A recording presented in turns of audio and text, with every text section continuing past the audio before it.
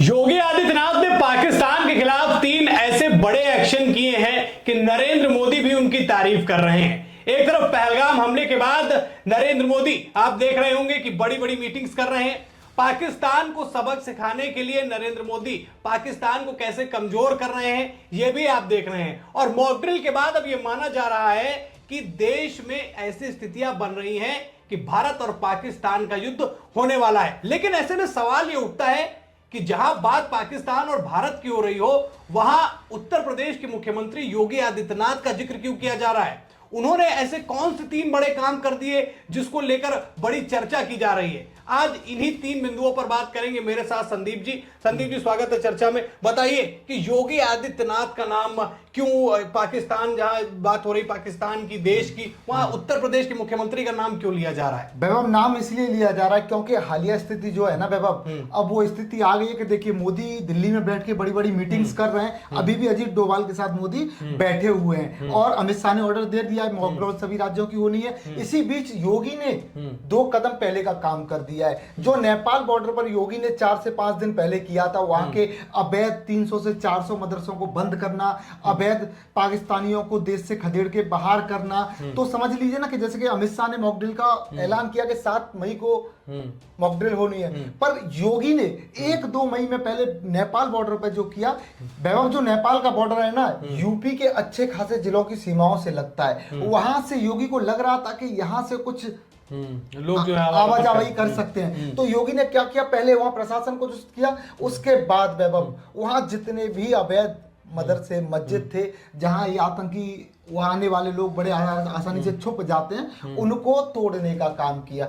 इसी के साथ साथ वैभव योगी ने क्या किया कि जैसे ही अमित शाह ने मॉक ड्रिल का ऑर्डर दिया वैभव, योगी ने कहा कि सरकार की तरफ से कहा गया कि आप 19 तो वैभव अमित शाह ने उत्तर प्रदेश में भी, जैसे सभी राज्यों में तो उत्तर प्रदेश में मॉक ड्रिल होनी है, कुछ जिलों में योगी से कहा कि मॉक ड्रिल करा दीजिए। पर अभी बताया जा रहा है वैभव कि पूरे उत्तर प्रदेश के सभी जिलों में मॉक ड्रिल कराई जाएगी। योगी मतलब ताबड़तोड़ एक्शन ले रहे हैं। पहले वो चीज देख लेनी चाहिए, जैसे आज से 25-26 तारीख को जब घटना से 3-4 दिन बाद अमित शाह ने एक ऑर्डर दिया कि पाकिस्तानियों को बाहर निकालो, पाकिस्तानियों को बाहर निकालो, तो उत्तर प्रदेश एक ऐसा राज्य बन गया जिसमें सबसे ज्यादा जल्दी पाकिस्तानियों को बाहर फेंका गया और एक पाकिस्तानियों को चुन के भेजा गया। 1 या 2 केस सेंसिटिव केस हैं जिसके बारे में प्रशासन को बातचीत चल रही है, मामला कोर्ट के संज्ञान में भी है तो चल रही है। अब योगी देखिए कितनी तेजी के साथ यहाँ काम कर रहे हैं, क्योंकि पता है योगी जो है उत्तर प्रदेश यानी देश के सबसे बड़े राज्य के मुखिया हैं। वहाँ नेपाल बॉर्डर भी लगता है, वहाँ के कुछ जिले जो हैं उनकी सोचनीय स्थिति थोड़ी गड़बड़ है, तो योगी ने अब प्रशासन को टाइट कर दिया, बाकी कमान संभाल ली है। बड़ा रोल यहाँ योगी का रहने वाला है वैभव। अगर इस तरह के हालात बनते हैं तो वही योगी कर रहे हैं। बिल्कुल, चलिए मैं आपको वो 3 बड़े काम भी योगी आदित्यनाथ के बता देता हूं जिसकी वजह से योगी आदित्यनाथ की चर्चा की जा रही है। जैसा आपको पता भी है कि देश के सबसे बड़े प्रदेश यानी उत्तर प्रदेश के मुखिया है योगी आदित्यनाथ, वो चाहे जनसंख्या के मामले में हो चाहे क्षेत्रफल के मामले में हो। अब ऐसे में जिम्मेदारी तो बन जाती है एक मुख्यमंत्री की कि केंद्र सरकार के साथ में मिलकर कुछ ऐसे काम करे जिससे इस स्थिति में कम से कम उनकी मदद की जा सके। अब सबसे पहले योगी आदित्यनाथ ने एक्शन क्या लिया? जैसे ही बोला गया कि पहलगाम हमले के बाद 48 घंटे बाद पाकिस्तानी जो भारत में है, जो वीजा लेकर भारत में रुके हुए हैं, घूमने आए हैं, वो 48 घंटे में यहां से बाहर चले जाएं, भारत से बाहर चले जाएं।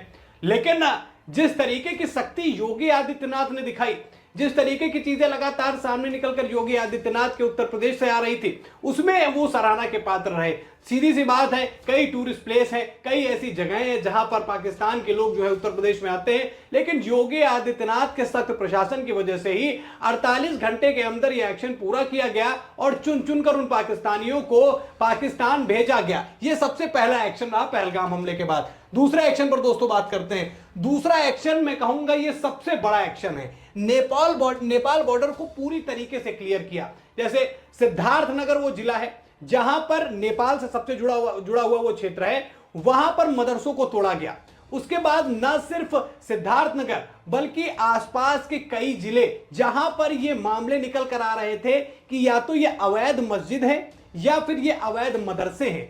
जो अवैध मस्जिदें थी उनको भी तोड़ा गया, मदरसों को सील किया गया और सबसे बड़ी चीज जो वहां हमारे सूत्र बताते हैं हमें, वो चीज निकल कर आती है कि उन मदरसों में कई शरणार्थियों को रुकने की जगह मिल जाती है। अब नेपाल बॉर्डर क्यों संदिग्ध है, सबसे पहले आप ये समझिए।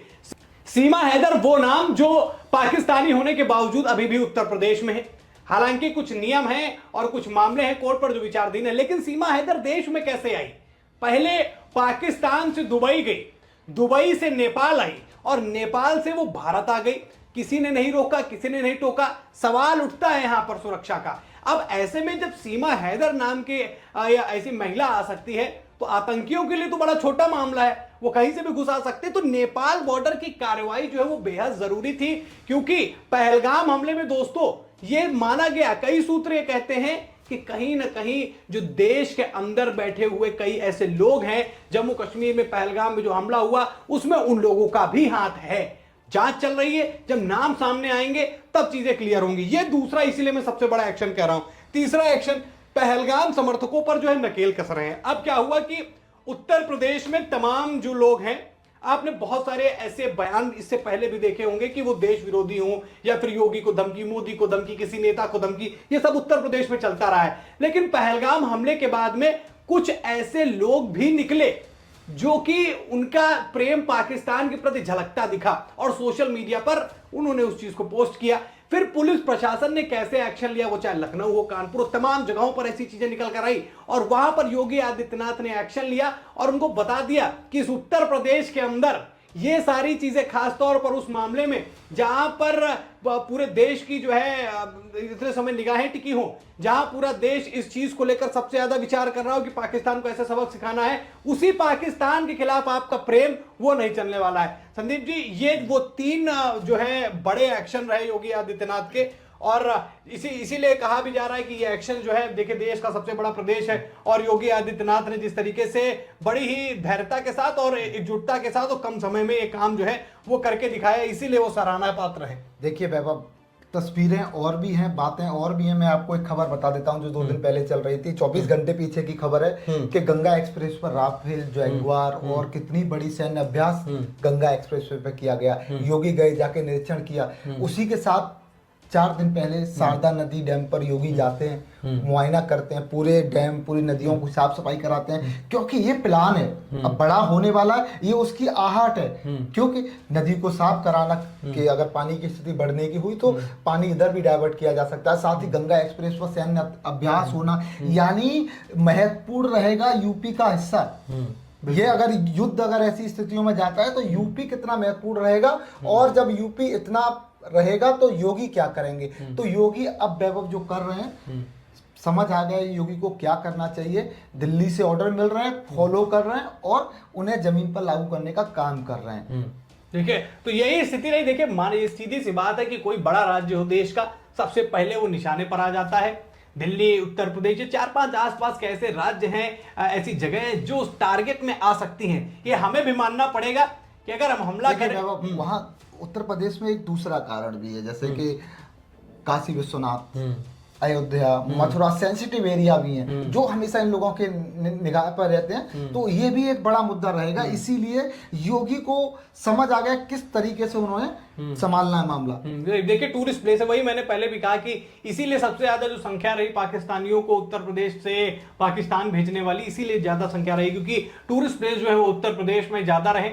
अब वही मैंने बताया कि योगी आदित्यनाथ का जो रोल है वो बड़ा अहम होने वाला है, और ऐसी स्थितियां जहां हम युद्ध की तरफ आगे बढ़ रहे हैं, हमला करेंगे तो ये बिल्कुल जायज सी चीज है कि उधर से भी कुछ ऐसी कार्रवाई की जा सकती है, लेकिन ना उसके लिए पहले से सतर्कता बरतना ये बेहद जरूरी है, जिससे लोगों को बचाया जा सकते। मॉक ड्रिल उसी का एक एग्जाम्पल है, और इसीलिए ही शायद योगी आदित्यनाथ ने अमित शाह की बातचीत करते हुए उन्होंने ये चीज बोला कि पूरे उत्तर प्रदेश में इस मॉक ड्रिल को कराया जाना चाहिए, जिससे लोगों को चीजें समझ में आ जाए। और ये मॉक ड्रिल उसी तरफ इशारा भी करता है 1971 में जब पाकिस्तान के साथ युद्ध हुआ, तब मॉक ड्रिल हुआ, उसके बाद पाकिस्तान पर हमला किया गया, धूल चटाई गई पाकिस्तान को। लेकिन अब वैसी स्थितियां बन रही हैं, और जिस तरीके से योगी आदित्यनाथ लगातार पाकिस्तान पर एक के बाद एक बयान दे रहे हैं, कान खींचने का काम करते हैं, कोई पहली बार नहीं है कि पाकिस्तान के खिलाफ योगी का गर्म मिजाज देखने को मिला हो। लेकिन अब ऐसी स्थितियों में योगी आदित्यनाथ जिस तरीके से बतौर मुख्यमंत्री होते हुए भी केंद्र सरकार के साथ में खड़े हैं, लोग उनकी तारीफ कर रहे हैं। आप क्या कहना चाहेंगे योगी आदित्यनाथ के बारे में? कमेंट करके अपने राय जरूर बताइएगा दोस्तों। खबर में इतना ही। वीडियो को लाइक और शेयर करें। चैनल पर नए तो चैनल को जरूर सब्सक्राइब कीजिएगा। फिर मिलते हैं नई खबर में, तब तक के लिए धन्यवाद।